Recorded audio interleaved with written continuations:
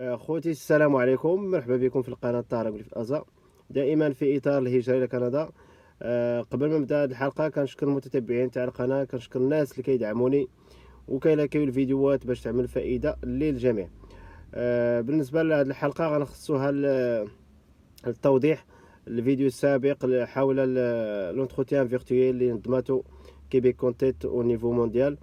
جاتني مجموعة من الأسئلة اللي حول عقود العمل، كذلك الإجراءات قبل وبعد الحصول على هذا العقد العمل، وكذلك كيفية إجراء هذا الانتروتيان فيرتويال، المدة كذلك، وكيفية التعامل مع المشغل كيبيكواز، وكذلك المراحل والإجراءات الخاصة بعد الالتحاق بمنطقة الكيبيك. هاد الأسئلة كلها غنجاوبوا عليهم في واحد الكبسول وغنرجعوا بعد قليل. Bonjour à tous et bienvenue à cette webconférence qui s'adresse principalement aux candidats ayant participé à la dernière mission de recrutement virtuel, la mission en ligne, la mission mondiale organisée par Québec International. Aujourd'hui, nous allons vous partager quelques informations d'ordre général concernant le processus d'immigration, comment ça fonctionne une fois qu'on a on a une offre d'emploi, on reçoit une offre d'emploi de la part d'une entreprise, d'un employeur de Québec. Qu'est-ce qu'on fait? Quelles sont les étapes? Quels sont les délais aussi? Combien de temps il faut prévoir avant notre arrivée? Bonjour Roger. Bonsoir. Et ce sera Roger qui répondra à toutes vos questions. En fait, on va vous expliquer de manière générale comment ça fonctionne, à quoi vous attendre. Pour vous rassurer, certains d'entre vous, vous avez sûrement reçu une offre d'emploi de la part d'un employeur, peut-être tout de suite après votre première entrevue. Par contre, il se peut très bien qu'il y ait d'autres employeurs qui vont décider de vous faire passer une deuxième entrevue de travail pour valider vos compétences techniques ou autre type de compétences. Et ils vont vous faire passer peut-être une deuxième entrevue ou une troisième entrevue même avant de vous offrir un emploi à Québec et ses environs. Suite à cette première initiative de recrutement au niveau mondial, on va essayer de vous donner des éléments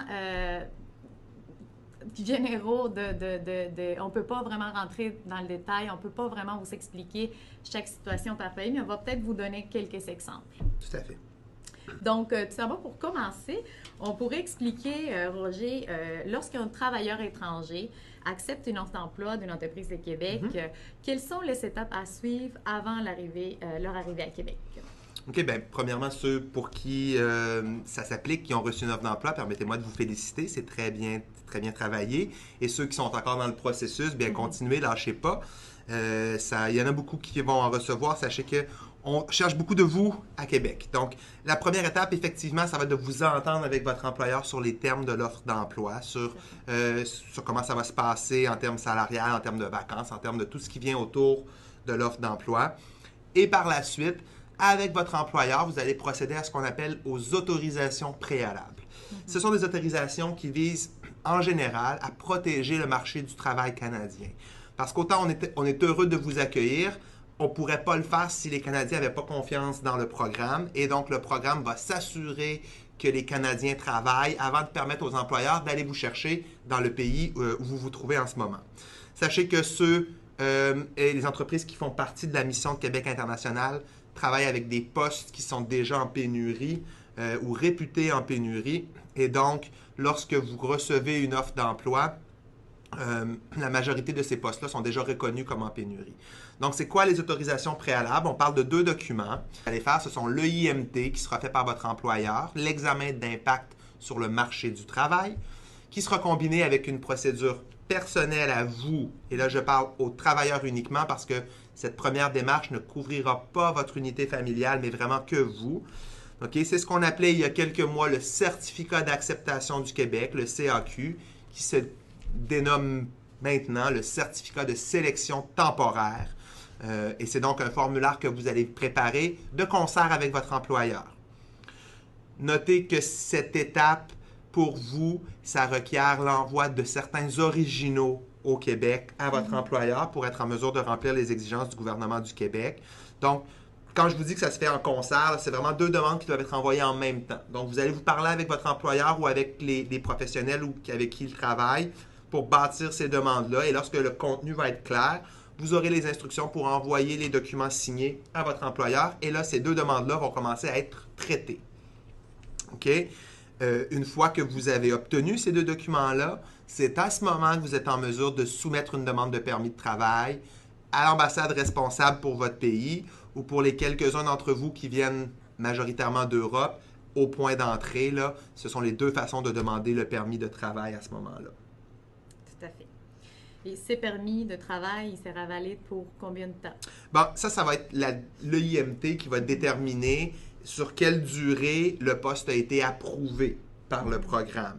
Typiquement, dans les dossiers qui passent par les programmes de Québec international, vos employeurs vont être en mesure généralement d'aller chercher l'autorisation pour 2 ans. Donc, l'EIMT que vous allez recevoir ou que vous allez voir passer pendant la procédure va indiquer la durée de 2 ans. Le certificat de sélection temporaire va indiquer une durée de 2 ans.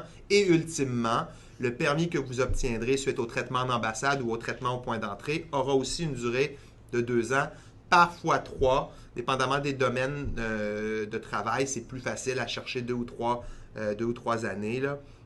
Donc, ça va dépendre un petit peu de ce que l'EIMT va vous dire. Mais partez dans l'idée que la majorité d'entre vous serez sur une autorisation de 2 ans. Peut-être que je peux parler des délais associés à la demande de IMT-CAQ, Oui. Paulina, parce que honnêtement, c'est un délai qui est assez long. Et c'est important que vous le compreniez parce que une fois que, comme je vous ai parlé, vous allez avoir rempli les documents, signé et envoyé les originaux, une fois que ces documents-là seront parvenus au gouvernement canadien, québécois, il y aura un délai d'attente qui, en ce moment, avoisine les 20 semaines, des fois un peu plus. Donc, vous envoyez vos documents à votre employeur et vous n'avez pas de nouvelles pendant 6, 7, 8 semaines. C'est loin d'être dramatique. On n'a pas lancé la serviette sur votre dossier. Au contraire, on n'a pas abandonné. C'est simplement le traitement du gouvernement qui est malheureusement un peu plus long que ce qu'ils espèrent à l'heure actuelle. Donc, usez de patience. N'hésitez pas à parler avec les gens chez votre employeur. Ils vont vous le dire. Non, il n'y a pas de problème, monsieur, madame. On est toujours en traitement. Malheureusement, les délais sont plus longs. Mais il n'y a pas d'inquiétude à y avoir, c'est pas anormal. C'est pas idéal, mais c'est pas anormal.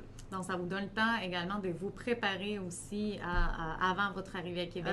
Peut-être mentionner, est-ce que dans certains cas, tout dépendant du pays, il y a des examens médicaux à passer? Oui, certainement. La majorité d'entre vous auront des examens médicaux et maintenant, excusez-moi, l'ensemble d'entre vous auront une biométrie à faire au niveau des demandes de permis de travail, donc de résidence temporaire au Canada. C'est plus ou moins simple, dépendamment de votre lieu de résidence. Évidemment, si vous habitez dans la jungle au Brésil, c'est possible qu'il y ait moins de médecins désignés près de vous pour aller passer l'examen médical. Sachez que le gouvernement canadien a autorisé des médecins dans la majorité des grands centres à travers le monde pour faire les examens médicaux en leur nom. Donc, vous aurez probablement à vous déplacer. Quand je dis vous, ce sera au niveau du permis de travail que ce sera fait et ce sera pour tous les adultes qui sont visés par la demande. Donc, on parle de 18 ans et plus. Okay? Ces gens-là auront une fiche d'examen médical qui leur sera émise et vous devrez vous présenter devant un médecin autorisé par Immigration, Réfugiés, Citoyenneté Canada. Généralement, ces médecins vont soit vous remettre un document qui prouve que l'examen a été fait avec une espèce de code barre permettant de relier les résultats à votre dossier, mais la majorité vont aussi soumettre directement dans le système canadien les résultats de vos examens médicaux. Donc, vous ne verrez pas les résultats des examens médicaux, vous ne les aurez pas. Je crois que certains médecins dans le monde peuvent vous les fournir sur demande. Des fois, il y a des frais un petit peu d'extra, mais c'est vraiment des résultats pour le gouvernement canadien et la majorité du temps, vous ne les verrez pas passer. Parfait. Est-ce qu'il y a, peut-être ce serait bien d'expliquer s'il y a d'autres moyens pour certains profils spécifiques en technologie de l'information, par exemple. Est-ce qu'il y a d'autres voies plus rapides d'arriver? En fait, c'est la même voie, mais pour les professions en technologie de l'information, quelques-unes de ces professions, sous certains critères, on va réussir à réduire le délai de 20 semaines que je vous parlais à 2-3 semaines. Parce que ce sont des postes qui sont tellement en pénurie et vous le savez, c'est un domaine qui est tellement d'avant-garde qu'on veut s'assurer que vous veniez au Canada, que vous veniez au Québec, que l'attente de 20 semaines n'est pas un frein. Donc, ils ont créé une voie un peu plus rapide, mais c'est la même voie, dans le sens que vous allez tout de même demander un certificat de sélection temporaire et votre employeur va tout de même demander un EIMT. Donc, c'est comme si on veut une autoroute versus une route de campagne qui prend un peu plus de temps, mais en bout de ligne, on fait la même démarche. Mais qui ne couvre pas nécessairement tous les profils par Non. exemple, qui ont participé dans le cadre de cette mission. Exactement. Parfait. Et tu l'as mentionné tantôt, lorsque les travailleurs, lui, le candidat, il obtient un permis de travail, ce permis de travail va être fermé. Tout à fait. Ça va être un permis de travail qui va le permettre. C'est ça qui va être restreint à un employeur, un poste, un lieu de travail. Ce qui veut dire que votre employeur n'a pas la latitude pour vous promouvoir autant qu'il le voudrait ou vous démettre. C'est de la même façon. Il ne peut pas vous changer d'un poste comme il le veut et n'aura pas de facilité à vous déplacer d'un lieu de travail à l'autre non plus. Ça s'oppose à ce qu'on appelle un permis de travail ouvert, puis je crois que c'est là que tu voulais aller.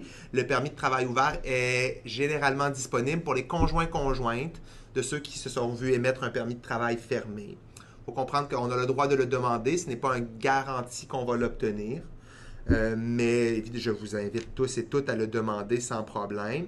Et donc, ce permis ouvert ne sera ni limité à un employeur, ni limité à un poste, ni limité à un lieu de travail. Ça veut dire que votre époux obtient un permis de travail fermé, ben madame, vous avez le droit le lundi de travailler dans un restaurant, le mardi dans une boîte de génie et le mercredi de fonder votre propre entreprise. Ouais. Vous avez toute la latitude qui est possible. Évidemment, il faut que vous ayez les compétences et la capacité de faire ces différents emplois, mais contrairement à votre époux, dans l'exemple que je vous présente, OK, vous avez la possibilité de changer d'emploi un peu comme vous le voulez et comme vous le pouvez dans le marché du travail, qui est très favorable en ce moment dans la grande région de Québec.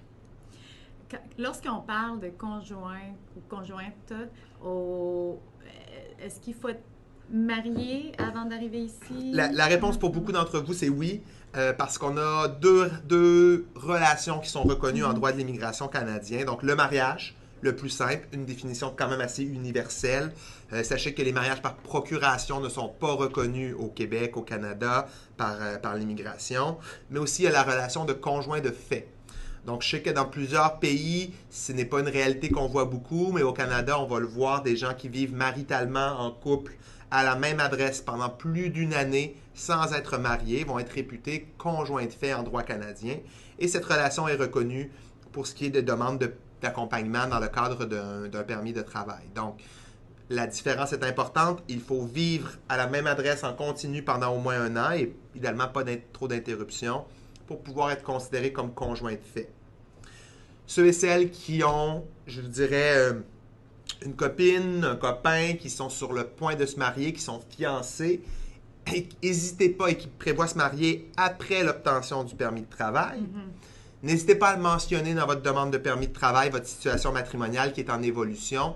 Comme ça, le gouvernement canadien n'aura pas l'impression que vous ajoutez de façon opportune une personne à votre demande par la suite pour diverses mauvaises raisons autres qu'une véritable relation matrimoniale.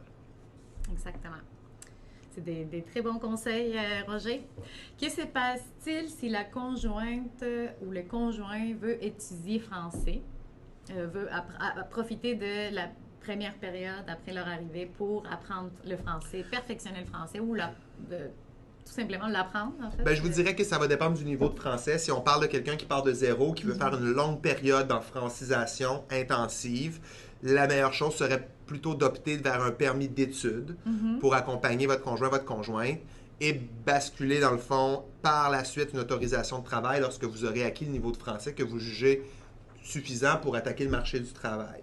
Donc, ça va être une étape un peu supplémentaire qui va devoir être faite pendant le traitement de l'EIMT-CAQ pour que vous puissiez, en même temps que votre conjoint, votre conjointe, demander votre permis d'études au lieu de votre permis de travail. Donc, l'important, c'est de noter qu'il y a une étape préalable. Contrairement au permis de travail ouvert, de conjoint de la conjointe, si vous vous destinez à l'école, vous voulez étudier le français, probablement que vous ne me comprenez pas en ce moment, mais vous allez devoir aller chercher un gouvernement du gouvernement du Québec un certificat d'acceptation pour études pour pouvoir faire la demande de permis d'études en même temps que la demande de permis de travail de votre conjoint, de votre conjointe. Parfait. La personne va pouvoir, avec un permis d'études, si elle étudie à temps plein, va pouvoir quand même travailler. Généralement, les permis d'études qui sont émis pour des études à temps plein vont permettre le travail à temps partiel jusqu'à 20 heures pendant l'école. Mais c'est une autorisation qui est différente. Donc, posez des questions à votre employeur à ce niveau-là si vous avez des questions, des doutes ou des hésitations. Des fois, il y a une stratégie à établir plus tôt que tard pour que vous compreniez bien ces choses-là et que votre conjoint, votre conjointe, qui ne me comprend pas à ce moment, me comprenne dans 6 mois. Et maintenant, pour les enfants, est-ce qu'on doit obtenir des autorisations? Encore une fois, la réalité est un petit peu différente pour nos téléspectateurs, là, mais pour ceux qui nous écoutent à partir de l'Europe, de la zone euro, ça va être un petit peu différent de ceux qui nous écoutent hors zone euro, que ce soit au Maghreb ou en Amérique latine. Notez que pour la majorité d'entre vous au Maghreb et en Amérique latine, tous les enfants en âge d'être scolarisés, donc 5 ans et plus, vont devoir demander une autorisation québécoise avant de pouvoir faire la demande de permis d'études, qui, je vous le rappelle, va être concurrente et déposée en même temps que la demande de permis de travail de ceux ou celles d'entre vous qui ont été recrutés. Parfait. Et on parle, en fait, aujourd'hui, on s'adresse à tous ceux qui vont obtenir un permis de travail temporaire, mais j'imagine ou j'espère que la plupart d'entre vous aimeraient rester de manière permanente, de façon permanente dans la région de Québec. Est-ce que comment ça fonctionne? Comment on bascule vers la résidence permanente? Bien, je vous dirais que l'un des meilleurs, sinon le meilleur programme pour s'en aller vers une résidence permanente canadienne, c'est le programme de l'expérience québécoise, ce qu'on appelle le PEQ, PEQ, n'est-ce pas? Et donc, le volet qui vous intéresse, c'est le volet travailleur. Je vous dirais que 2 critères vont être importants. Conserver votre emploi pendant 1 année, 12 mois à temps plein, et l'avoir encore au jour 1 an et 1 jour, OK? Et maîtriser le français avec un niveau intermédiaire avancé. Beaucoup d'entre vous, c'est déjà réglé pour le français, donc tout ce que vous avez, c'est obtenir l'emploi, le conserver pendant 1 an. Et là, il y aura une belle grande porte qui va s'ouvrir pour que toute la famille fasse une demande de certificat de sélection permanente du Québec. Et ce document-là va non seulement vous permettre de faire une demande de résidence permanente canadienne, mais si votre permis de travail initial devait venir à échéance pendant que vous attendez cette résidence permanente canadienne, ce certificat de sélection permanente va être une clé importante pour procéder à un renouvellement de permis de travail sans refaire toute la démarche qu'on vous a parlé d'entrée de jeu qui peut aller jusqu'à 20 semaines de traitement. OK? Donc, 12 mois de travail, on demande le document québécois. Ensuite, on lance le document fédéral, la résidence permanente canadienne.